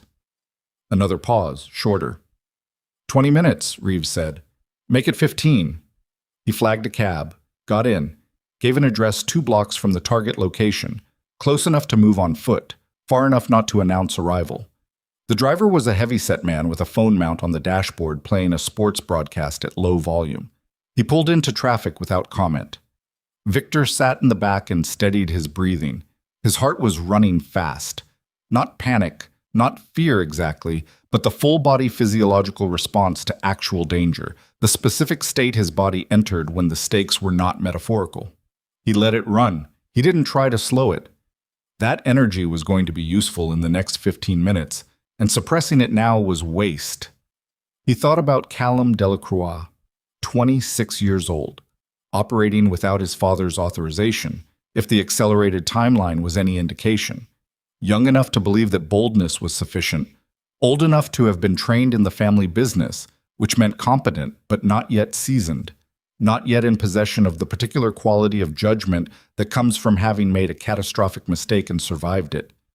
Victor had that quality. He had earned it tonight, in the most comprehensive way available. The cab stopped. Victor paid in cash. He had always carried cash, that at least was entirely his own habit, and got out onto a sidewalk 2 blocks south of the target. He walked north, his hands loose at his sides, his jacket still on from the gala. He was aware of how he looked. Suit, no coat, moving with purpose through the garment district at 10:30 on a cold night. Wrong enough to notice if anyone was paying attention. Nobody in New York paid attention. Reeves's van was already parked on 9th when Victor arrived. Reeves was standing on the sidewalk, not in front of the dry cleaner, but across the street, in the shadow of a recessed doorway, with the posture of a man waiting for a bus. 7 men distributed in the surrounding half-block with the same practiced invisibility. Victor crossed to him. "Second floor lights are on," Reeves said quietly. "Counted at least 4 individuals through the window. There's a rear entrance through the alley. 1 man on it, standing, not moving. Front entrance is the dry cleaner door, locked, but the latch is residential grade." "How long has it been since they got the signal?" 53 minutes, which meant they had already dispatched the team to the penthouse, and the staging location was now operating as a coordination point, not an assembly point. Fewer bodies here. The majority of their active personnel were elsewhere. Victor looked up at the second-floor window. Warm light, the faint movement of shadows. Callum Delacroix was up there. "I'm going in the front," Victor said. Reeves looked at him. "You're not," Reeves said. "I am. The rear entrance is covered. Going through the rear means a fight in a stairwell, which is noise, which is time. The front door is a residential latch, and the element of surprise is the only resource I have left that hasn't been compromised." He met Reeves's eyes. "I walk in the front. You have 2 men on the rear to catch anyone who runs. The rest of you have 4 minutes, and then you follow me up." 4 minutes, Reeves repeated. The flatness of his tone communicated his opinion of this plan. 3 then. Victor. Reeves. He held the man's gaze, not with authority. He had no authority left, nothing organizational or structural or institutional, just with the specific weight of a man who has decided. "I don't have anything left to lose except tonight. Let me use that." Reeves looked at him for 2 full seconds, long enough that Victor felt each one. 3 minutes, Reeves said. "Then we're coming in regardless." Victor nodded. He crossed the street. He reached the dry cleaner's front door and looked at the latch. Reeves was right, residential grade. The kind installed by a building manager who had never expected this door to need to withstand anything more serious than a drunk tenant. Victor had a thumb turn in his kit from 20 years ago when he was the one going through doors instead of sending other people through them. He worked it in 8 seconds. The lock gave. He went in. The dry cleaner was dark. Plastic-wrapped garments hung from ceiling rails in long rows, giving the space the quality of a room full of standing ghosts. The smell of solvent and old fabric. Dim light from the street through the front glass. A staircase at the back. Victor moved through the hanging garments without touching them, which required a specific kind of movement, slow, deliberate, arms in. He reached the stairs, concrete, with a metal railing. He tested the first step with his weight before committing to it. No creak. He went up. The second floor landing had a single door, light coming from beneath it in a thin yellow line. Victor could hear voices. Two of them, male, conversational, but focused. The specific cadence of people monitoring a situation in real time. A phone call or a radio. One of the voices giving status, the other receiving. He stood on the landing with his back against the wall beside the door and breathed in once, all the way down, and held it for 2 seconds, and released it. Then he opened the door. The room was a converted office space. Cheap furniture, multiple phones on a folding table, a whiteboard on the far wall with handwritten notes, and a rough floor plan that Victor recognized immediately as his penthouse building. 4 men, 2 at the table with phones, 1 at the window, 1 near the whiteboard, who was 26 years old and had his father's heavy jaw and his father's dark eyes and none of his father's patience. Callum Delacroix turned from the whiteboard and looked at Victor Whitmore, standing in his door in a Brioni suit, and had the expression of a man encountering something that his preparation had not included. The 2 men at the table started to move. "Don't," Victor said. He said it the way he had said it for 20 years. Not loud, not theatrical, but with the specific quality of a man who means it and who has determined the consequences in advance and has no concern about them. They stopped. Callum Delacroix looked at him. His jaw was tight, his hands were at his sides, and one of them was moving toward his jacket. And then it stopped, because Victor's eyes had tracked the movement, and Callum was 26 and trained, but not yet past the point where another man's certainty could stop his hand. "You came alone," Callum said. It was not quite a question. "Yes," Victor said. It was not quite a lie. The 2 men looked at each other. Victor watched Callum process the mathematics. 1 man in a suit, no visible backup, which was either the most arrogant move he had ever seen or something considerably more dangerous than arrogance. "My father doesn't know I moved tonight," Callum said. The declaration arrived without apparent intention, the kind of thing that comes out when a young man is processing faster than his filter can manage. "I know," Victor said. "That's why I'm talking to you instead of him." Callum's eyes narrowed. "You're not in a position to negotiate." "Tell me what position you think I'm in," Victor said. He walked 3 steps into the room, not toward Callum, but toward the whiteboard. He looked at the floor plan, his building, entry points marked, elevator shaft noted, 3 access routes highlighted. "You've been thorough," he said. "Back away from the board," one of the table men said. Victor did not back away from the board. "Your team at my building is going to find 2 men in my penthouse removing documents. They're going to find no Victor Whitmore. They're going to call this location for guidance and get no answer because you're talking to me." He turned from the board and looked at Callum directly. "And in approximately 90 seconds, 7 men who have worked for me since before you were running operations are going to come through this building." The window man moved, fast, toward Victor. Victor stepped left and the man's momentum carried him into the whiteboard, which cracked against the wall, and Victor put his forearm across the man's neck and his weight into it, and the man went down to his knees, not unconscious but contained, and Victor stepped back and his heart was running at a rate that made his vision slightly too bright, and his hands were steady, because they had always been steady. The other 2 at the table were on their feet. Callum had not moved. "Stop," Callum said to his own men. The word came out with an authority that surprised Victor slightly. Young, but not entirely without substance. The 2 men stopped. Silence. The room breathing. The man on the floor making a sound that was somewhere between a cough and a decision about whether to try again. He stayed on the floor. Callum Delacroix looked at Victor Whitmore across a room that smelled of old carpet and the particular charged atmosphere of a situation that had not yet determined what it was. "What do you want?" Callum said. "Your father gets a call from me tomorrow morning," Victor said. His voice was level. He could feel his pulse in his throat. He did not let it into his voice. "Tonight doesn't happen. Your team stands down. The documents and intelligence that Garrison provided get returned or destroyed.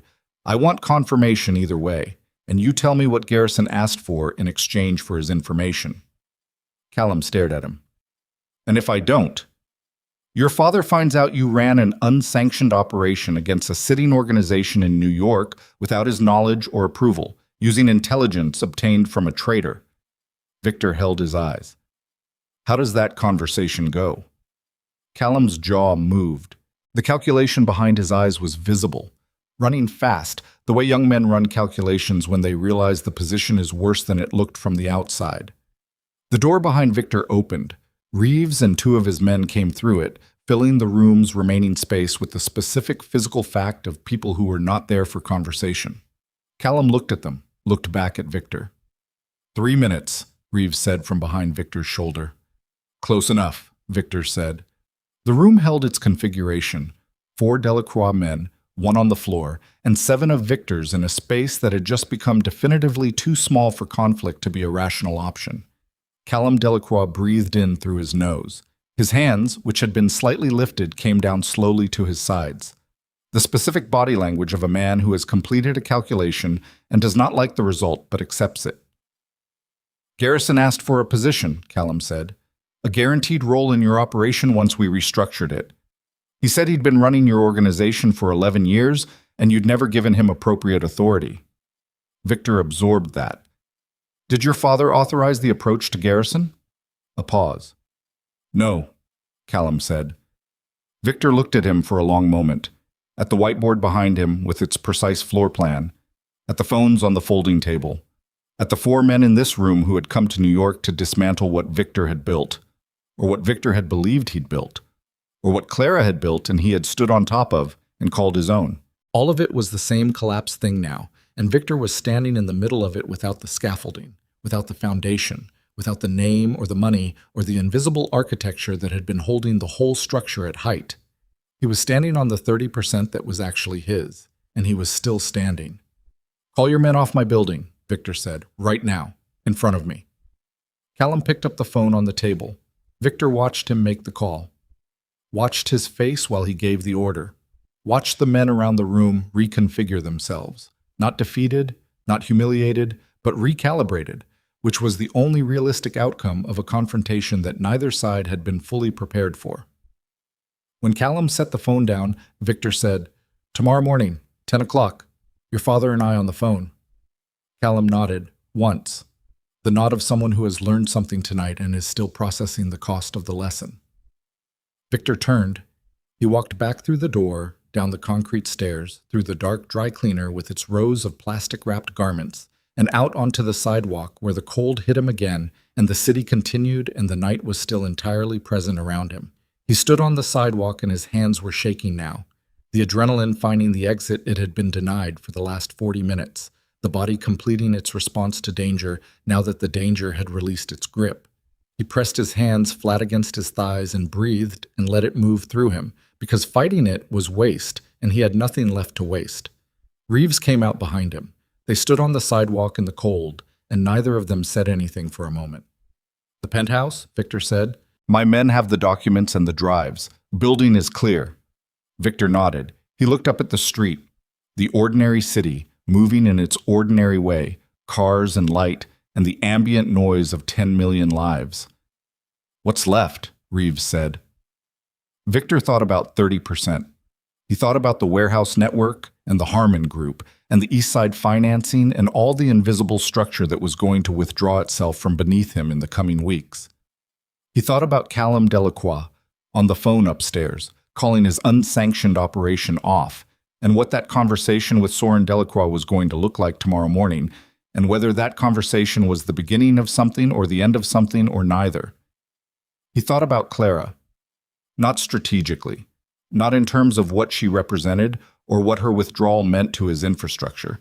Just her face on the terrace, in the cold, saying, "We have been done for longer than you know," with a patience that was the most devastating thing he had ever been on the receiving end of. "What's left?" Victor repeated. He put his hands in his pockets. He looked down the street at the pool of light from a street lamp, and then at the dark beyond it. "Find out everything Garrison told them," he said. "Every piece of information he handed over. I want to know the full scope of the damage before I talk to Soren Delacroix." And after that, Victor started walking. Not toward a car, not toward the penthouse, Not toward anything specific yet. Just north into the city, into the cold, into the specific uncertainty of a man who has survived the night and does not yet know what the morning is going to require of him, but is walking toward it anyway because the alternative is standing still, and Victor Whitmore had never in his life been able to stand still. After that, he said, without turning, I start building something that actually belongs to me. He walked for 40 minutes before he stopped. Not because he had somewhere to be. The penthouse was compromised in his mind now, if not physically, its walls holding the shape of a life built on borrowed ground, but because walking was the only thing his body could do with the energy that had nowhere else to go. The adrenaline had passed its peak and left behind the specific exhaustion of a man who has been running on emergency reserves and has now arrived at the far edge of them, where the body begins presenting its bill. He stopped at a diner on 10th Avenue that was open because it was always open, because diners like this one operate on the principle that the city never entirely sleeps and someone always needs coffee and a surface to sit at. He went in. He sat at the counter, a woman in her 50s with hair the color of old copper and the expression of someone who had seen every variety of human being come through this door at every hour of the night, looked at him once. The suit, the loosened tie, the particular quality of his stillness, and poured coffee without being asked. He wrapped both hands around the mug. The ceramic was hot enough to register as almost pain. He held it anyway. He called Reeves at midnight. Garrison, he said. What did you find? Reeves had been working for the past 2 hours. Victor knew this without being told because Reeves did not stop working until the work was complete, which was the quality that had made him indispensable for 20 years and would continue to make him indispensable for whatever came next. Full scope, Reeves said. Garrison gave them the expansion plans, the penthouse layout, the security rotations. He also gave them the names of 11 men in your current operation, their roles, and their known locations. Contact lists for 3 of your business relationships, the ones that aren't connected to the Blackwood infrastructure. A pause. He was thorough. How long had he been building that package? Based on what we can reconstruct, at least 8 months. 8 months. Victor looked at the coffee in front of him. 8 months ago, he had promoted Theo Garrison to underboss. He had given him access, authority, visibility. He had done it because Garrison had been there from close to the beginning, and Victor believed, with the specific and unexamined confidence of a man who trusts his own judgment above all other evidence, that longevity was a form of loyalty. He had been wrong about that the same way he had been wrong about everything else. For the same reason. He had never looked carefully enough at what was actually in front of him. The 11 men, Victor said. Are they secured? 7 of them, yes. I reached them directly. The other 4... Reeves stopped. Tell me. 2 are already gone, pulled out as of this evening, which means they were connected to the Delacroix-Lau approach and knew the timeline. The other 2 I can't reach yet. Victor absorbed that. 2 men in his organization had known what was coming and had left without telling him. The mathematics of betrayal, which he was learning tonight in a comprehensive and unsparing curriculum, did not operate in isolation. Garrison was not a single rot. He was the center of a rot that had spread further and been hidden longer than a single discovery could account for. What's left? Victor said, meaning something more specific than the question sounded. Reeves understood. You, me, and 6 men I trust completely.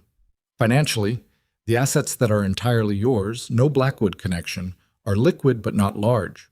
Enough to operate. Not enough to operate at scale.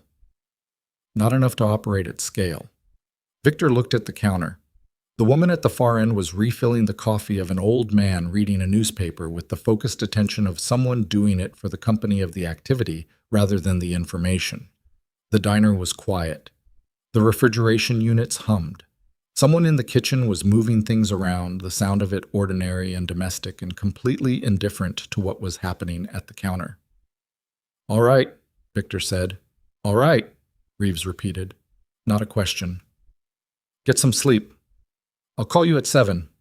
He sat at the counter until 2 a.m. He drank 3 cups of coffee.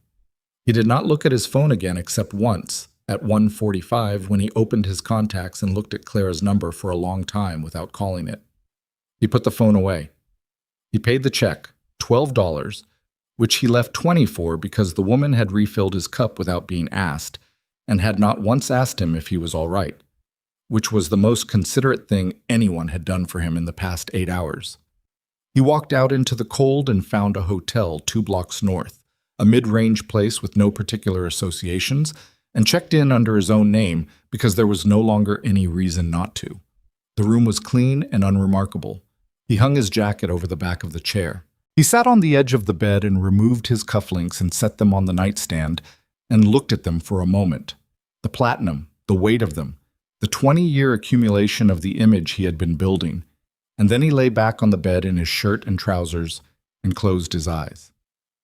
He did not sleep, but he was still, which was the closest available approximation. At 7 in the morning, he called Reeves. At 8, he called Solomon Vance, who answered on the second ring with the equanimity of a man who had been expecting this call and had prepared for it. "I need to know the exact terms of the financing arrangement Clara holds on the East Side project," Victor said. "That's a Blackwood family asset," Solomon said carefully. "I understand that. I need to know the callable terms, specifically whether there's a cure period." A brief pause, the sound of paper, or the digital equivalent. 60 days from notice, Solomon said. Standard cure period for commercial arrangements of this type. If you can service the outstanding balance within 60 days of receiving formal notice, the arrangement terminates cleanly without penalty. "How much is the outstanding balance?" Solomon told him. It was a number that 6 months ago Victor would have looked at as a medium-sized line item. At 7 in the morning in a mid-range hotel with 6 men and liquid assets that were sufficient but not large, it was a different kind of number. "Thank you," Victor said. "Victor?" Solomon's voice shifted by its minimal fraction, the legal precision thinning just enough to let something else come through. "I'm not Clara's advocate in this call. I want to be clear about that." "I know what you are," Victor said. "I'm not asking you to be anything else." He ended the call. He sat at the edge of the bed and did the arithmetic. The 60-day cure period. The liquid assets. The gap between them, which was real and significant, but not, he ran it again more carefully, not impossible. If the Harmon Group arrangement could be renegotiated on new terms that didn't run through Blackwood infrastructure. If the warehouse network transition was managed carefully enough to preserve the operational relationships, even as the financial structure changed. If the conversation with Soren Delacroix tomorrow morning went in a direction that opened rather than closed. If. He had built an empire on other people's foundations and called it talent. He was going to find out now what he could build on 30% and honesty, which was not a poetic project but was the only one available. He called Soren Delacroix at 10 o'clock precisely. The phone rang 4 times. Then a voice, older than Callum's, slower, carrying the particular texture of a man who had reached a position of significant power through the specific combination of intelligence and patience and had never had to accelerate his timeline for anyone. "Mr. Whitmore," Soren Delacroix said. "Mr. Delacroix." Victor was standing at the hotel window.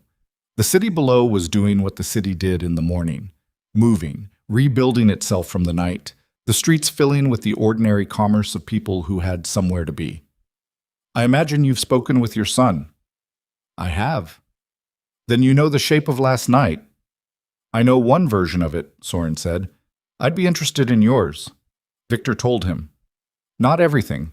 He was not so altered by the events of the previous 12 hours that he had lost his operational judgment, but the essential structure, Garrison's betrayal, the accelerated timeline, the conversation in the room on 34th Street. He delivered it factually, without editorializing, without anger, in the tone of a man presenting information to another man and asking him to assess it honestly. When he finished, Soren was quiet for a moment. "My son is 26, Soren said. "I know. He has significant capabilities. He also has the specific problem of significant capabilities at 26, which is that he doesn't yet understand what he doesn't know." "I was the same at 26, Victor said. "I was the same at 38, I'm working on it." A sound from the other end that might have been the beginning of something that wasn't quite a laugh. "Garrison approached one of my intermediaries 8 months ago with the proposal," Soren said. "I didn't sanction the approach. I also didn't shut it down, which is a distinction I'm aware reflects poorly on me. The intelligence he provided was useful, and I allowed that usefulness to make me more comfortable with the arrangement than I should have been. You're telling me you knew?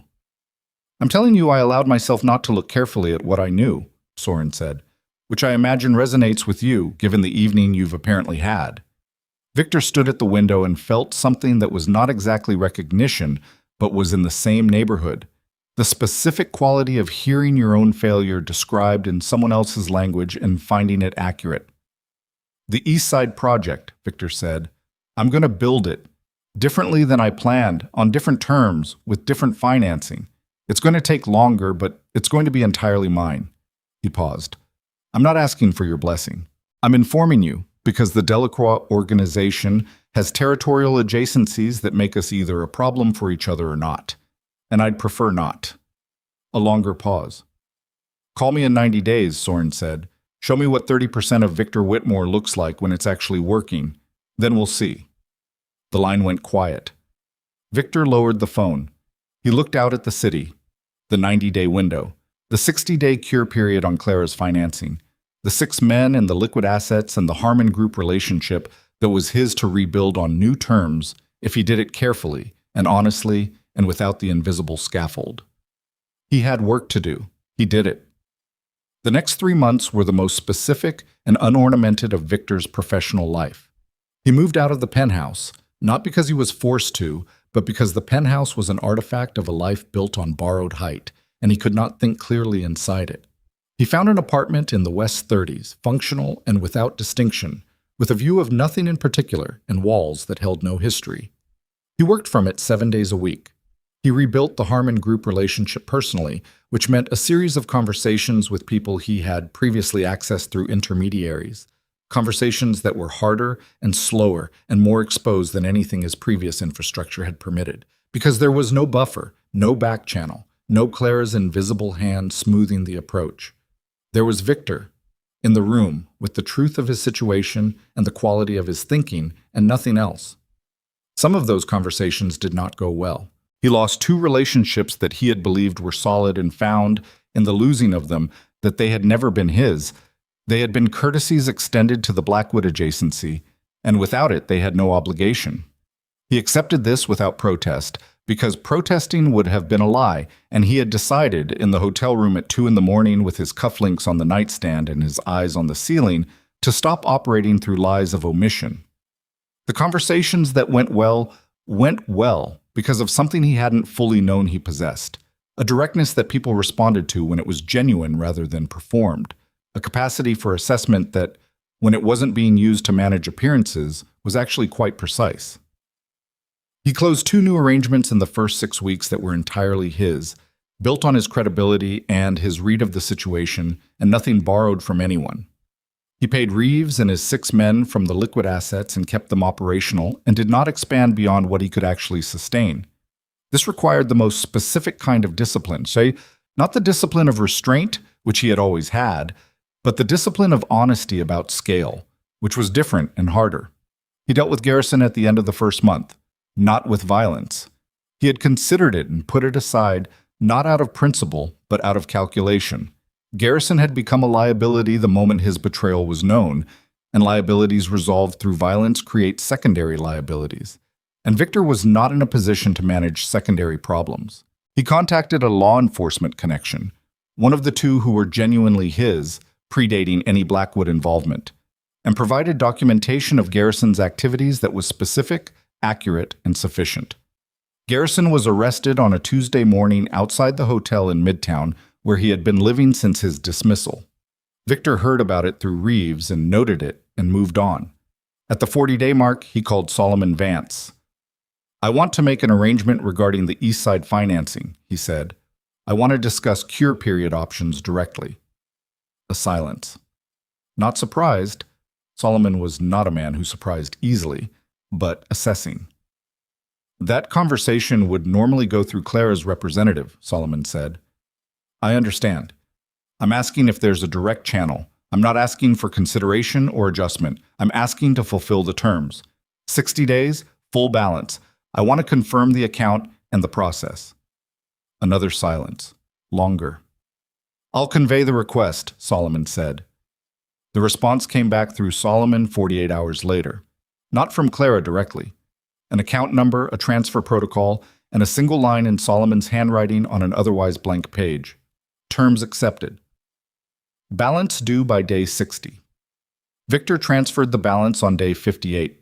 He did it himself, without ceremony, in the functional apartment in the West 30s, sitting at the desk he had bought from a second-hand store on 8th Avenue for $120 because it was solid and didn't wobble, and he didn't need it to be anything other than that. He stared at the transfer confirmation for a moment after it processed. Then he closed his laptop and made coffee. On a Wednesday morning in the third month, Damien Cross called him. Victor looked at the name on his phone for 2 full rings. Then he answered. Damien. Victor. The gravel voice, unhurried as always. I'm not calling on behalf of Clara. She doesn't know I'm calling. All right. I'm calling because I've been watching what you've been doing for the past 3 months, and there are things I can say about it that I don't think anyone else is saying to you. Victor sat down. Go ahead. The Harmon Group arrangement you rebuilt. The new terms are actually stronger than the original, not by much, but structurally cleaner. A pause. The original had dependencies built into it that created vulnerabilities you were never aware of because they were managed on the Blackwood side. The new structure doesn't have those. It's smaller, but it's solid. Victor said nothing for a moment. You've been tracking my work. It's my business to track things, Damien said. I tracked Clara's work for 5 years while she did it invisibly. I track things. Why are you telling me this? The pause that followed was the longest Damien had ever permitted in any conversation Victor had witnessed him conduct.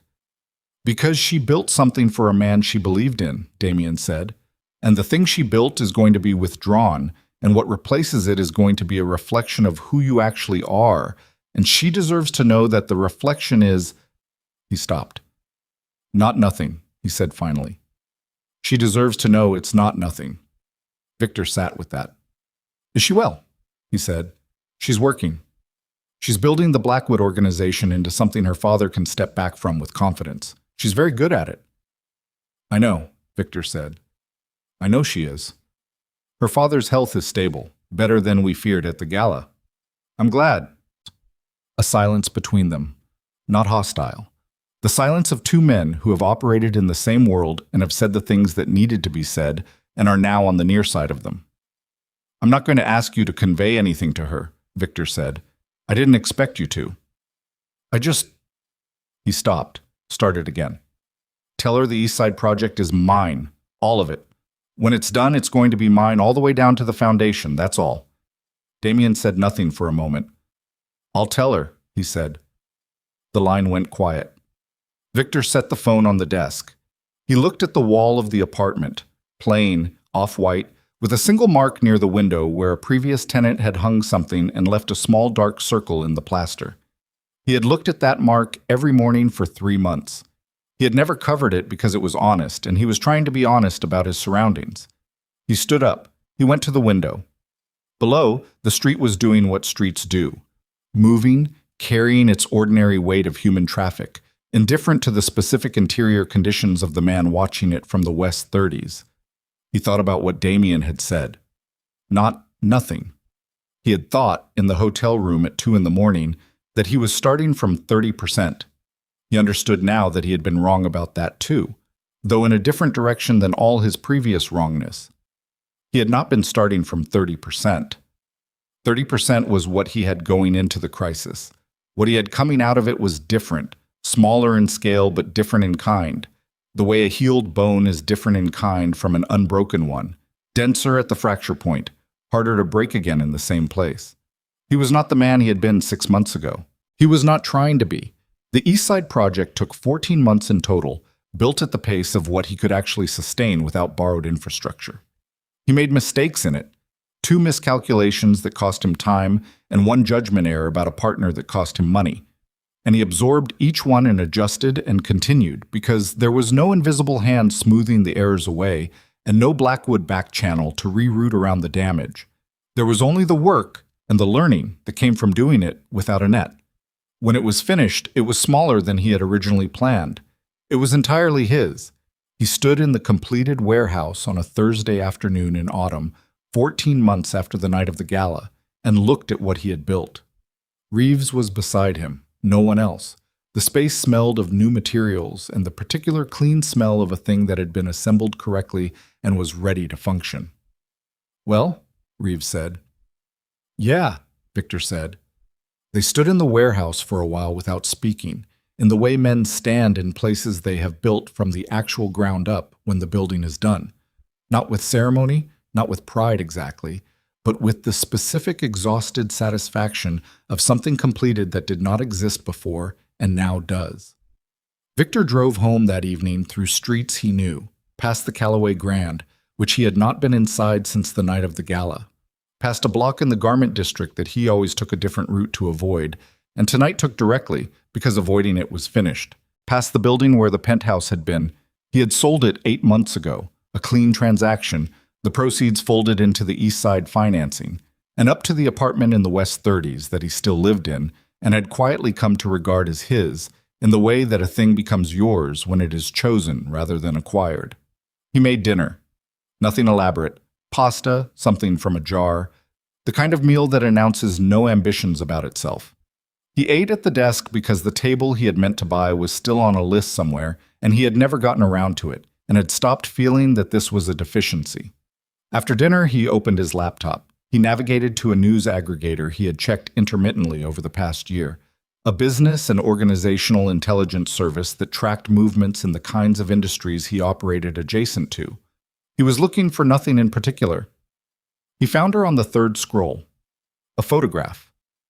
Clara at a business conference in Chicago. Not a criminal gathering, not the world of the gala, but a legitimate business conference for women in organizational leadership. She was at a podium.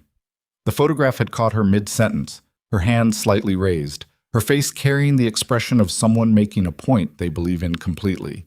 The caption identified her as Clara Blackwood, director of Blackwood Consolidated Holdings, which was the vehicle through which the Blackwood organization's legitimate business interests were being restructured and expanded. She was wearing a dark blazer. Her hair was down. She was not wearing any jewelry that Victor could identify from the photograph, except a ring on her right hand that was too small in the image to see clearly. She looked like herself. Not the Clara of the penthouse, not the woman in the ivory dress who had stood at the window and pressed her palm against the glass, not the woman in black and gold who had walked into the ballroom and changed the shape of the room. She looked like whoever Clara actually was when nobody was asking her to be anything in particular, and that version was the one that had been there the whole time and that Victor had never looked at carefully enough to see. He looked at the photograph for a long time. He was honest with himself about what it felt like, which was a practice he was still learning but had gotten better at. The specific compound feeling of loss and recognition that does not resolve into either grief or relief, but sits between them, permanent, instructive. He closed the laptop. He washed his plate. He left it in the rack to dry. He turned off the kitchen light. He stood at the window of the apartment for a while, looking at the city below. The West 30s at night, quieter than where he had been, less altitude, closer to the ground.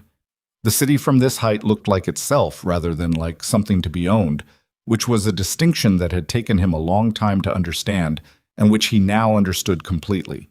He was 40 years old, he had 30% of what he had thought he had and all of what he had actually built, and a clearer picture of the difference between those two categories than most men in his world ever achieved.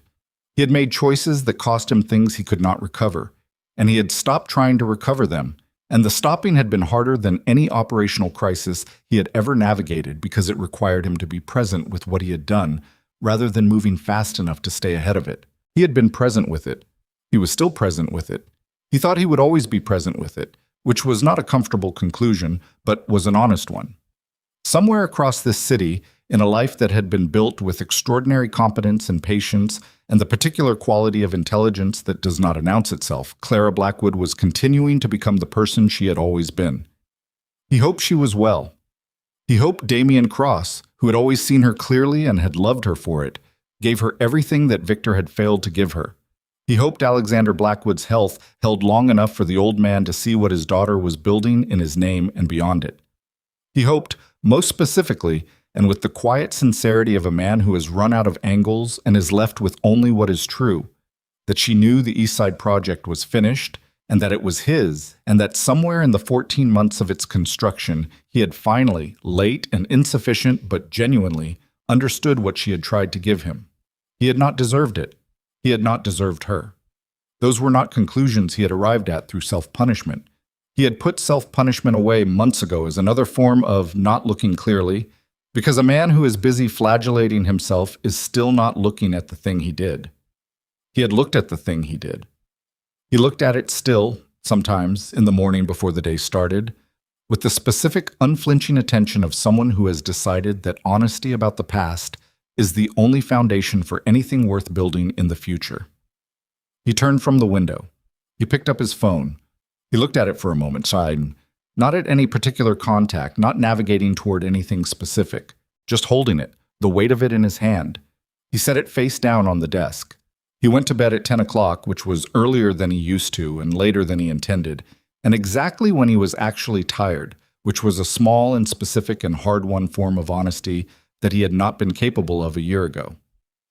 In Chicago, Clara Blackwood finished a working dinner with 3 organizational directors at 11 o'clock and was driven back to her hotel through a city that was not hers, but felt navigable, the way all cities eventually feel navigable to a person who has learned that the skill is not in knowing the streets, but in knowing yourself well enough to move through unfamiliar ones without losing direction. Damien had called her that afternoon before the conference. He had told her the East Side project was finished. He had told her it was Victor's, all of it, built from the foundation up on terms that belonged to no one else. She had been quiet for a moment after he said it. Then she had said, "Good." And she had meant it, not with complication, not with the overlay of everything the past had deposited on the word, just directly. Good. The way you mean it when a person you once cared for has finally done the thing they were capable of and should have done sooner, and the only response that is honest is the simple one. She sat in the back of the car and looked out at the Chicago night and thought, briefly and without cruelty, about the man she had been married to. She thought about the person she had been inside that marriage, the chosen smallness of it, the daily decision to be less than she was, the specific and exhausting patience of someone waiting for another person to look at them and see them, and the slow accumulating understanding that the looking was not going to happen. She did not regret leaving. She had not regretted it for a single day since she walked into that ballroom. But she regretted the years before the leaving, not because they had been wasted, because nothing is entirely wasted, but because she had spent them making herself invisible in the hope that invisibility would make her safe, and what it had actually made her was alone. She was not alone now. She had her father, whose health was stable, and whose eyes still held that particular quality of depth that she had inherited. She had Damien, who had loved her with the specific and undemonstrative constancy of a man who had decided years ago and had not reconsidered. She had work that was genuinely hers, building something that would outlast the family name it was attached to and become its own thing. She had herself, fully, for the first time in a long time. The car stopped at the hotel. She got out. The doorman held the door. She walked through the lobby with the ease of someone moving through space that belongs to them, not because they own it, but because they are at home inside their own skin, which is the only ownership that matters, and the last kind that can be taken away. She rode the elevator to the 14th floor. She walked the corridor to her room. She opened the door and went inside and set her bag on the chair and stood for a moment in the center of the room, in the particular quiet of a hotel room in a city that is not yours, which is a quiet like no other, complete, undemanding, belonging to no history and no obligation. She stood in that quiet and breathed. The woman who had once removed her wedding ring and placed it on a windowsill and walked through an empty penthouse toward a life she had put aside for 5 years and was reclaiming one careful step at a time. That woman was still here. She was in this room, in this city, in this moment. She had not been lost. She had been waiting, the way she always waited, with the patience of someone who understood that things arrive in their correct time or not at all. Her phone showed a message from her father. 4 words. "Sleep well, my daughter." She set the phone on the nightstand. She went to the window and looked out at the Chicago skyline. Different geometry than New York, different weight, but the same fundamental fact of a city continuing its life without reference to any single person's story. She thought about her daughter, who did not yet exist except as a hope she held carefully, without urgency, in the part of herself that was not yet spoken for by work or history or the ongoing project of becoming who she was going to be. She thought she might be a good mother. She thought she would make sure the child knew, from the beginning, that being seen was not something you earned by making yourself smaller, that it was something you received from people capable of giving it, and the only task was finding those people and letting them. She pulled the curtain. She turned off the light. The city outside continued, and the night continued, and somewhere across the distance between Chicago and New York, two people lay in separate rooms in the dark, and were, for the first time, exactly who they actually were. That was not a happy ending in the way that easy stories have happy endings. Clean, cost-free, the suffering retroactively justified by what it produced. It was something more durable than that. It was two people who had moved through the same wreckage and arrived, separately, at a clearer understanding of themselves, at the specific and unglamorous and entirely real condition of a person who has stopped pretending and started building. The city held them both, indifferent and enormous, lit up in the dark like something that does not ask to be admired, that simply continues, that has always simply continued and will continue long after the particular human stories moving through it tonight have resolved themselves into whatever they are going to be. Clara Blackwood closed her eyes. Victor Whitmore slept, for the first time in 14 months, without dreaming of what he'd lost.